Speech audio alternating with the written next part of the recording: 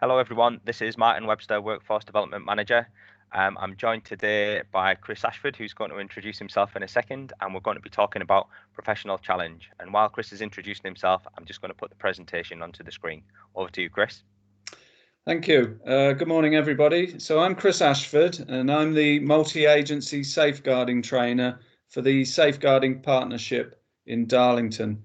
And today we'll be talking about professional challenge and the overall aims of the session. So we will be covering what is meant by the term professional challenge, potential areas of disagreement, and a look at the Darlington Safeguarding Partnership procedures and the guidance that's been developed by the partnership for effective challenge in Darlington. So this is a very informal briefing session. You can use this in team meetings and you can use this in one-to-ones as well. We'll also be saving it on the Workforce Development intranet pages as well as the Safeguarding Partnership pages as well. So you'll be able to access it in a number of different places. So first slide. Chris, can you tell us a little bit about what is professional challenge? Yeah, so the term professional challenge is used to describe conversations and discussions. So it can either be within your organisation or between organisations. And ultimately, it's to ensure that children and adults are safe and receive appropriate support where concerns have been identified. It should be viewed as a positive activity and is, of course, very good practice. If we feel that any interventions or actions are not effective or appropriate, we should all feel confident and empowered to challenge where we feel it is appropriate to do so.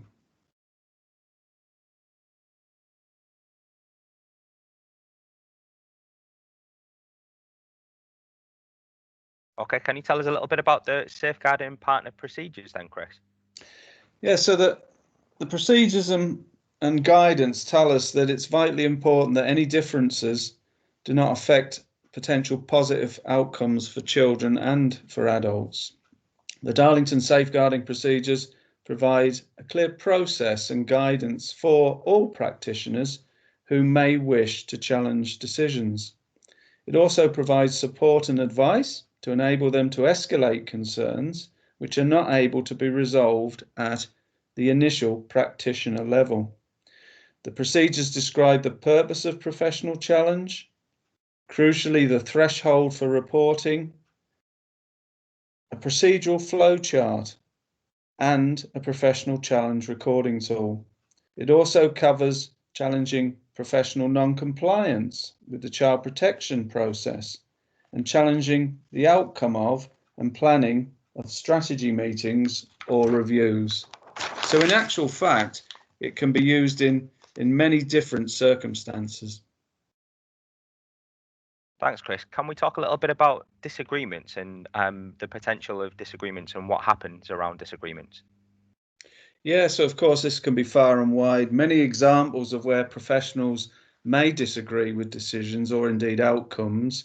Some of the examples may be perhaps response to concerns that have been raised by yourselves, decisions on thresholds for levels of intervention. And of course, intervention can cover different areas of intervention, from support for children, for families, for adults, through to compulsory interventions where there are significant concerns.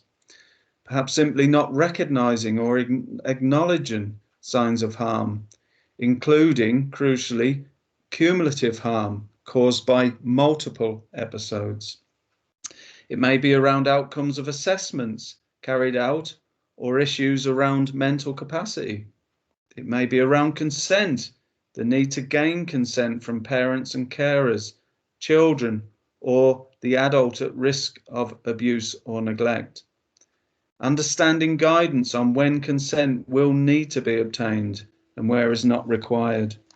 It can be when it is necessary to convene multi-agency meetings, the roles and responsibilities of each practitioner and the provision of services. And lastly, sharing of information and recording practice, and of course, any other areas of disagreement.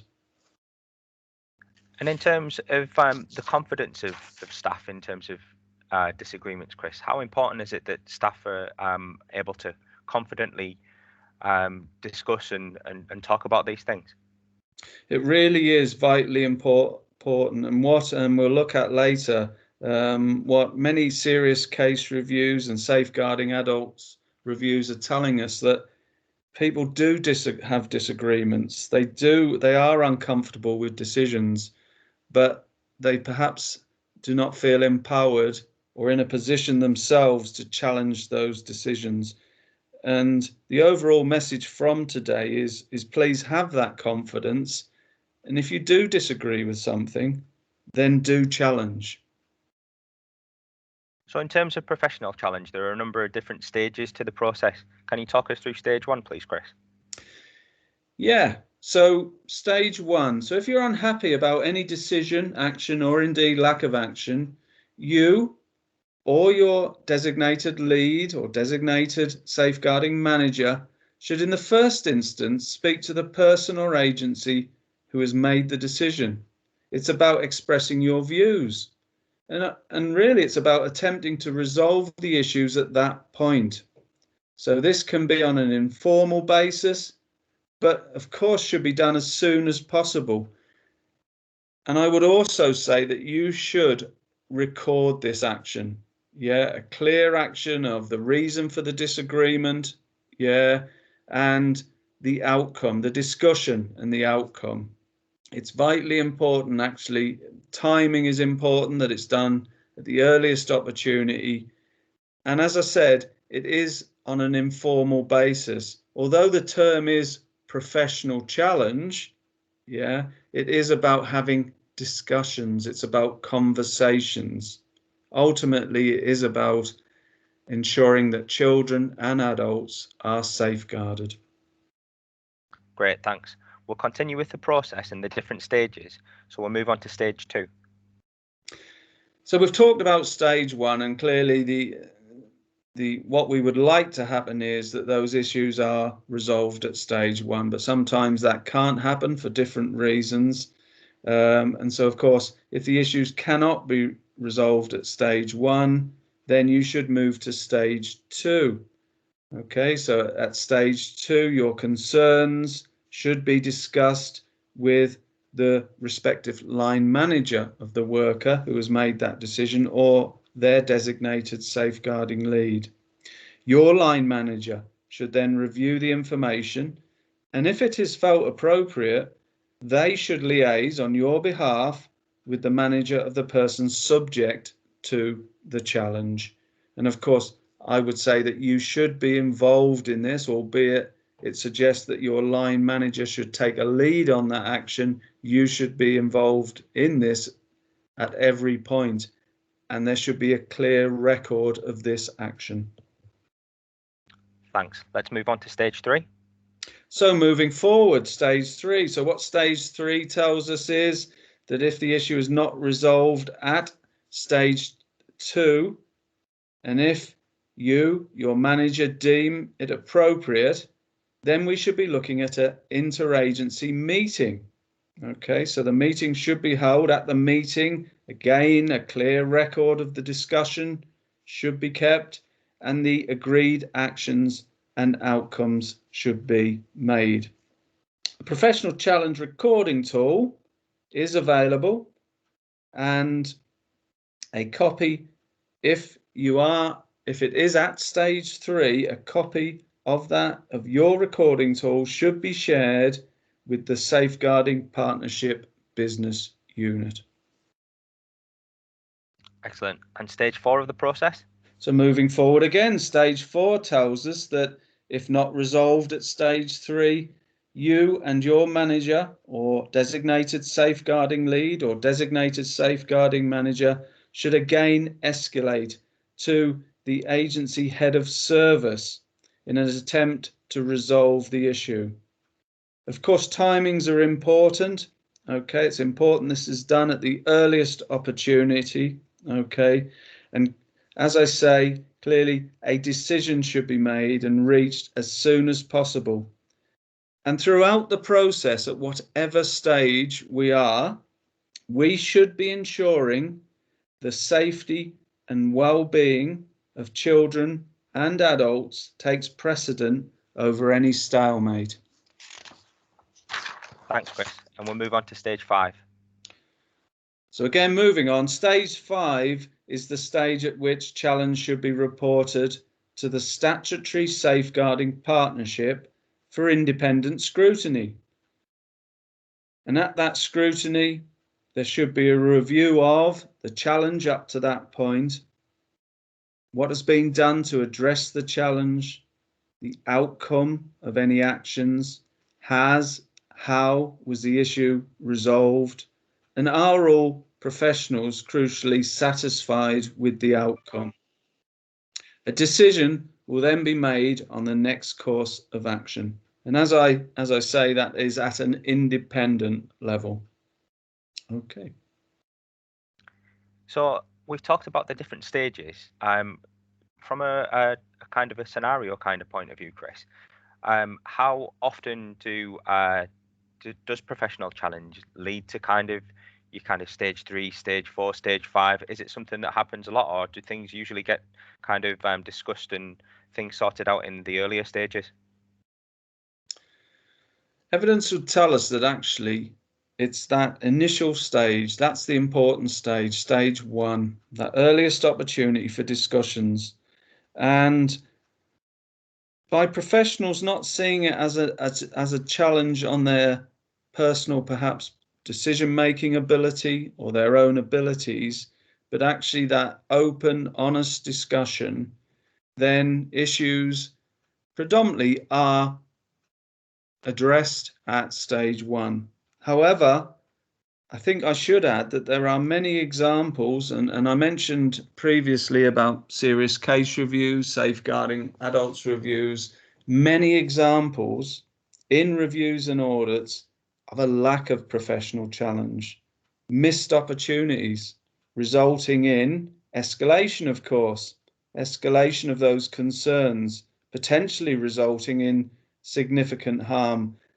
And unfortunately, on occasions, the evidence will tell us those serious case reviews, safeguarding adults reviews will tell us that it has led to the death of children and the death of adults at risk of abuse or neglect. This includes challenge to both other professionals and parents and carers. So it's not just about challenging other professionals, other practitioners. Of course, it's important on occasions that there is challenge to parents and carers. It really is important that all practitioners do have the confidence to challenge, and I will say where appropriate, of course, and at the appropriate level. Okay. There are many examples, as I say, and examples can be found on the Darlington Safeguarding Partnership website. Thanks, Chris. In terms of kind of key findings, can you explain a bit more about that as well? So again, from serious case reviews, from safeguarding adults reviews, key findings tell us that every one of us should be comfortable to challenge when seeking outcomes from referrals, requesting copies of minutes or information that hasn't been shared or shared in a timely fashion. We should all feel confident, and really that is the purpose of this session, just to reinforce that. Many practitioners, many professionals are confident to challenge decisions, and it happens on many occasions, but evidence is telling us that it doesn't always happen. We should be confident to use the procedure and guidance that's been produced. We should be able to challenge families when improvements are not made. And lastly, to challenge parents about their behaviour when we believe that disguised compliance is a feature. Thanks for that, Chris. Just before we wrap up this session, for those that are listening, are there any kind of key points that you think that we've raised throughout that are important that you share now with our audience, Chris? I think really it's an overview, isn't it? And the overview is, look, we've provided this session for you, but it's just to take a step back, okay, and think, do I have the confidence? And the answer is you should have the confidence to challenge. Every person should have the confidence or be in a position to challenge. If it's not you, then speak to your designated safeguarding lead, your designated safeguarding manager, and get them to challenge on your behalf. And crucially, what we're saying today is there is that procedure within the safeguarding partnership.